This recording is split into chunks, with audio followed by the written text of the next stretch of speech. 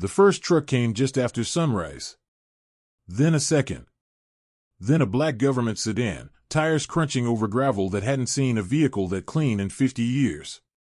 Men in windbreakers stepped out holding clipboards. One of them carried a surveying tripod like it was a weapon. Behind them, red and blue lights flickered from a county sheriff's cruiser, parked crooked at the end of the drive. And standing on his porch, coffee mug in hand, completely unbothered, was a 71-year-old man named Walter Hobbs. He didn't move. He didn't panic. He just watched them come, the way a man watches whether he's already prepared for. "Mr. Hobbs," the lead official called out, walking fast, papers in hand. "We need to talk about your water rights. Effective immediately, this property may be subject to state emergency requisition." Walter took a slow sip of his coffee. "Come on up," he said. "Doors open." 6 months earlier, people in town weren't calling him Mr. Hobbs with that kind of urgency. They were calling him something else. They were calling him a fool. Part 1: The Land Nobody Wanted. Let me tell you about the farm first. Because to understand why the government showed up with tripods and legal documents, you have to understand what that land used to be. 320 acres, sitting at the dry edge of the county, where the soil turned to cracked clay by July and the old well hadn't produced more than a trickle in 15 years. The previous owner, a man named Curtis Reyes, had tried everything: chemical fertilizer, deep well drilling, even bringing in a soil consultant from the state university. Nothing worked. The land kept dying a little more every season. By the time the farm went up for auction, everybody in 3 counties knew its reputation. "Cursed dirt," the old-timers called it. "A money pit with a barn on it," said the auctioneer, only half joking, as he tried to get the bidding started. 3 bidders showed up.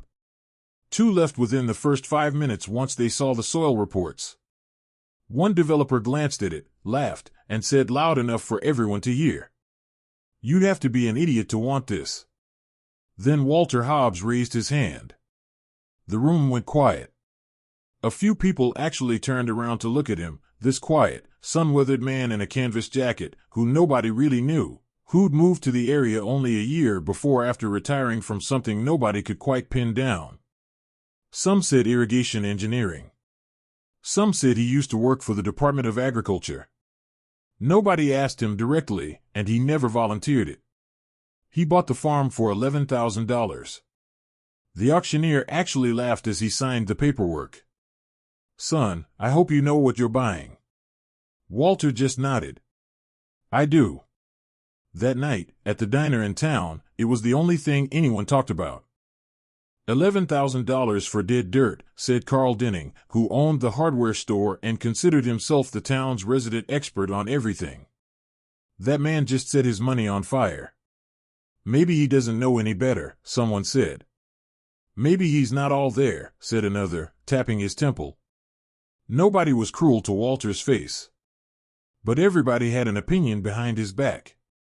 And for the first few months, it looked like they might be right. Part 2: The Slow, Strange Work. Here's where the story gets interesting. Because Walter didn't do what anyone expected. He didn't bring in heavy machinery. He didn't drill a new well. He didn't buy fertilizer by the truckload like Curtis Reyes had. Instead, he walked the land. Every single day, for the first 3 weeks, he walked it slowly, section by section, sometimes crouching down to touch the dirt, sometimes just standing still for a long time, looking at the shape of the ground. Neighbors would drive past and see him out there, alone, doing nothing that looked like farming at all. "He's just standing in a field," Carl reported one evening. "Just standing there like he's waiting for something." What people didn't understand, what nobody bothered to ask him, was that Walter wasn't looking at the crops. He was looking at the land's memory. Because here's the thing about dying farmland: it doesn't die because the soil is cursed. It dies because the water that used to move through it has stopped moving. Somewhere, a natural flow had been broken, by decades of deep plowing, by a drainage ditch dug in the wrong place 40 years ago, by soil compaction that sealed the ground like concrete. Walter had spent 30 years of his life studying exactly this. Not as a hobby. As his profession, quietly, for the government, restoring degraded watersheds on land the experts had written off. It just wasn't the kind of work that made headlines. It wasn't the kind of work anyone in this town had ever seen before. So when he started digging small contour trenches by hand along the low points of the property, no machines, no consultants, just a shovel and decades of instinct, the neighbors thought he'd finally lost it completely. "He's out there with a shovel," Carl announced at the diner, shaking his head. "A shovel. On 300 acres. Everyone laughed. Part 3, The Mockery Peaks. Now let me pause here for a second, because this is the part of the story that matters most. It would have been easy for Walter to explain himself. To walk into that diner and say, "I know exactly what I'm doing, here's why." But he didn't.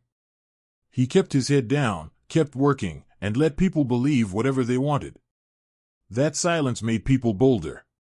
At a town meeting about the upcoming drought season, the county agricultural officer, a sharp, impatient man named Ron Castellano, stood up and used Walter's farm as an example of what not to do. "We have modern solutions," Ron said, tapping a laser pointer at a slide showing deep aquifer drilling. "State-of-the-art well systems, moisture sensors, satellite soil mapping." And then, he paused for effect, "We have a man digging ditches with a shovel like it's 1920. The room laughed. Someone clapped. Walter was in the back row. He didn't say a word. He just stood up quietly when the meeting ended and walked out into the parking lot, alone. A young reporter from the local paper, Mia Torres, caught up to him outside. "Doesn't that bother you?" she asked. "Being laughed at like that?" Walter looked at her for a long moment. "Let them laugh," he said. "The land doesn't care what people think of it. It only responds to what you actually do to it." Mia wrote that quote down. She didn't know yet how important it would become. Part 4, Why the Old Way Works. Let me explain something here, because this is the heart of the whole story. Modern agriculture, for all its brilliance, often treats land like a machine. Add water here. Add fertilizer there. Drill deeper if the well runs dry. It's fast, it's measurable, and it looks impressive on a slide. But land isn't a machine. It's a living system. And for centuries before satellites and deep well drilling existed, farmers survived droughts using something far older and far simpler. They worked with the shape of the land itself. Contour trenching, the very thing Walter was doing with a shovel, is one of the oldest water management techniques in human history. Instead of forcing water down through concrete hard soil with brute force, you reshape the land so that when rain does fall, it doesn't run off and disappear. It slows down. It spreads out. It sinks in, gradually, feeding the ground beneath it instead of racing across the surface and vanishing into a ditch. Combine that with what Walter did next, planting deep-rooted native grasses along those trenches, grasses whose roots could bore down 10, 15 feet into compacted clay, cracking it open from the inside, creating natural channels for water to travel, and you get something no drilling rig can replicate. You get land that heals itself. It's not flashy. It's not fast. It doesn't show up on a quarterly report. But it works with the land's own patience instead of against it. Ron Castellano and his modern solutions were solving for this year's drought. Walter was solving for the land's next 100 years. Nobody in town understood that yet.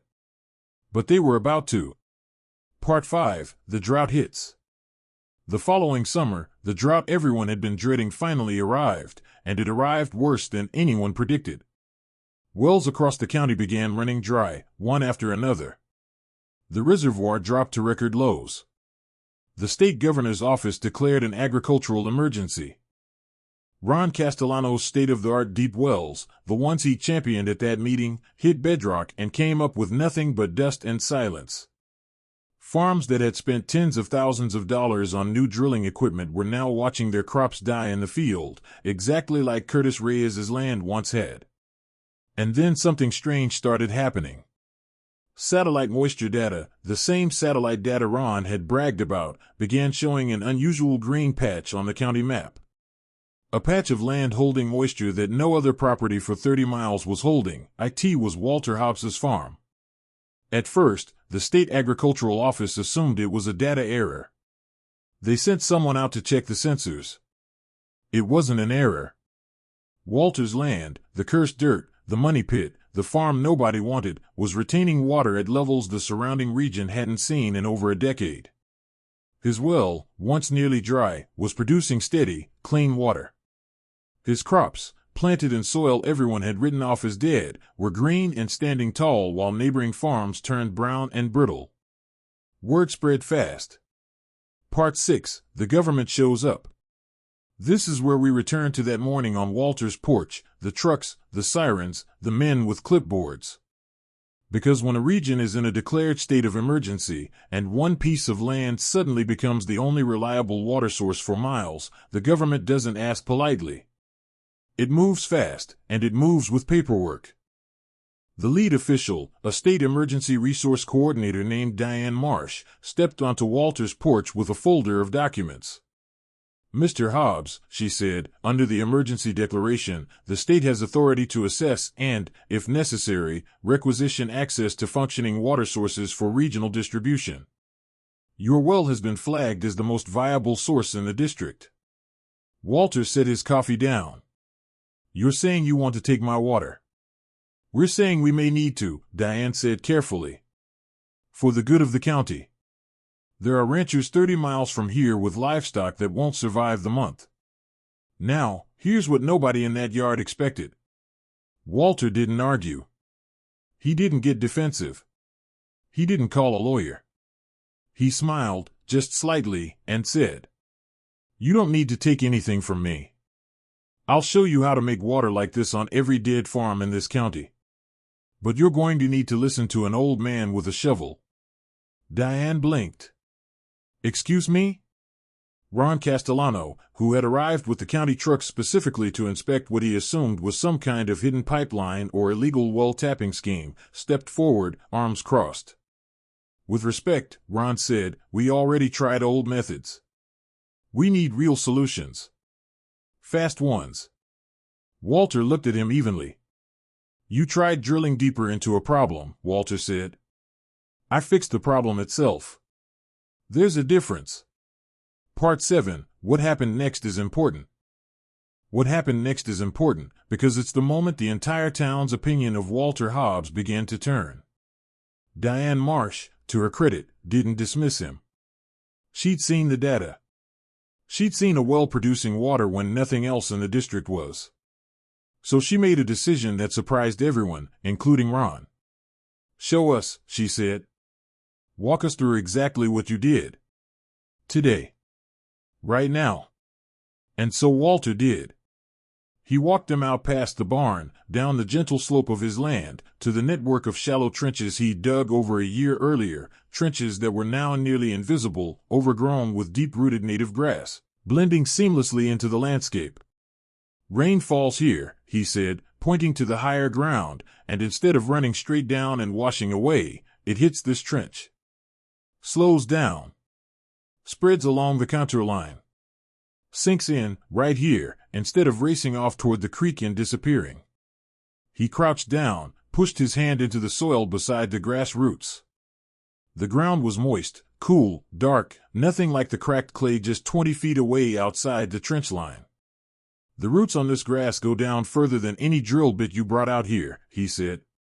"They open channels in the clay. Water follows those channels down into the water table instead of sitting on top of it and evaporating in the sun." Diane crouched down next to him, touching the soil herself. Ron stood back, arms still crossed, but quieter now. "This took you what?" Diane asked. "A year?" "A year of walking," Walter said. "A few months of digging. The land does the rest. It always could. Nobody was giving it the chance." Part 8, The Slow, Cinematic Turn. Word of what Diane Marsh saw on Walter's farm spread through the emergency command center within hours. By the next morning, she'd ordered county engineers to map every failing farm in the district against Walter's contour design. Within a week, teams were out, not with massive drilling rigs, but with shovels, seed, and Walter Hobbs walking beside them, showing them exactly where to dig. The first replicated trench line went in on Curtis Reyes's old neighboring property, a farm run now by his nephew, a young man named Danny Reyes who'd been on the verge of selling out entirely. Everyone gathered to watch the first real test of it after a rare, hard rain 3 weeks later. Danny stood at the edge of his field, arms crossed, jaw tight, watching the water hit the new trench lines instead of rushing straight toward the drainage ditch like it always had. For a long moment, nothing. Just rain and dirt and silence. Then, slowly, the water along the trench began to pool. Then sink. Not rushing away. Staying. Soaking down, inch by inch, into ground that had been bone dry for 3 summers straight. Danny knelt down at the edge of the trench, pushed his hand into the soil the way he'd seen Walter do it. "It's wet," he said quietly. Then louder, turning to the small crowd that had gathered. "It's actually wet down here." Someone started clapping. Then more people. Ron Castellano stood at the back of the crowd, saying nothing, staring at the darkening soil in Danny's hand. Part 9, The Apology. A month later, at another town meeting, the same room, the same chairs, the same projector, Ron Castellano stood up in front of the crowd again. This time, there was no laser pointer. No slide about state-of-the-art drilling. "I owe an apology," Ron said, and the room went quiet in a different way than before. 6 months ago, I stood right here and made an example out of Walter Hobbs's farm. I called it old-fashioned. Backward. I laughed, and I let this room laugh with me. He paused, looked down at his notes, then set them aside. Turns out the old-fashioned method was the only thing in this county that actually worked. I was so focused on faster and newer that I forgot to ask whether faster and newer was even solving the right problem. He looked toward the back row, where Walter sat quietly, the same way he always had. "Mr. Hobbs, I was wrong. And I'm grateful you didn't let my mistake stop you from doing what needed to be done anyway." The room turned to look at Walter. He didn't stand up. He didn't take a bow. He just gave a small nod. "Wasn't about being right," Walter said. "Was about the land. Always is." Part 10, The Legacy. Today, that worthless farm Walter bought for $11,000 is the model site for the entire county's drought resilience program. 22 farms have replicated his trench en route system. The state agricultural department, the same one that once sent Ron Castellano to mock outdated methods, now runs training workshops on Walter's land twice a year. Danny Reyes never sold his farm. Today it's thriving, the greenest plot of land for miles, run the same way his uncle's failed land once was, except now, it isn't failing anymore. Mia Torres, the young reporter who caught up to Walter in that parking lot, ended up writing the story that got picked up statewide. The headline read, "The man they called a fool just saved a county." But if you ask Walter about legacy, he won't talk about headlines or workshops or the plaque the county eventually put up at the edge of his property. He'll walk you out to that same trench line, now thick with deep green grass, and he'll crouch down, and he'll push his hand into cool, dark soil that used to be cracked clay. "Everybody wanted a fast answer," he'll say. "Land doesn't care about fast. Land cares about right. You give it what it actually needs, and it'll outlast every one of us standing here." And maybe that's the real lesson in all of this, not just about farming, but about people, too. The world is full of things and people written off as worthless simply because they don't look impressive on the surface. Simply because their value doesn't show up right away, doesn't drill fast, doesn't make for an exciting headline. But sometimes the quietest, slowest, most doubted thing in the room is the only thing built to actually last. Walter Hobbs never asked to be right. He just refused to stop believing in something everyone else had already given up on. And in the end, that patience is what saved them all.